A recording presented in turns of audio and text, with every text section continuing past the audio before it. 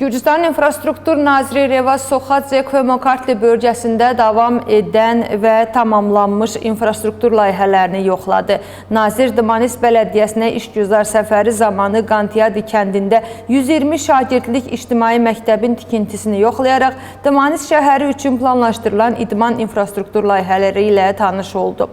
Bu layihələrə çox funksiyalı idman kompleksinin və texniki futbol mərkəzinin tikintisi də daxildir. Səfər zamanı nazir yerli hökumət nümayəndələri ilə birlikdə Didi-Dımanisi, Qomareti-Bediyani yolunun 15,4 kilometrlik hissəsinin tamamlanmış bərpa işlərinin nəticələrini yoxlayıb. Nazir həmçinin Bolnis Bələdiyyəsinə baş çəkib. Orada Talaveri kəndindəki bir nömrəli ictimai məktəbin tikinti prosesi ilə tanış olub. Həmçinin Tanziya və Kvemoqolnisi kəndlərində təmir olunmuş uşaq bağçalarını ziyarət edib.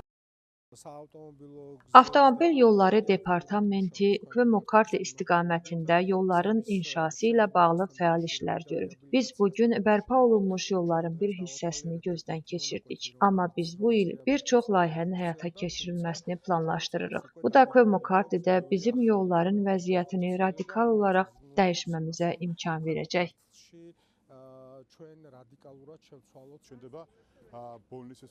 Bolnisdə UEFA-nın 3-cü kateqoriyalı futbol meydanı salınacaq. Həm də Dımanis avtomobil yollarının inşası ilə tanış olduq. Bu layihələrə görə İnfrastruktur Nazirliyinə, şəxsən nazirə təşəkkür edirəm. Bu layihələr bölgəmizin inkişafına xüsusi təkan verəcək.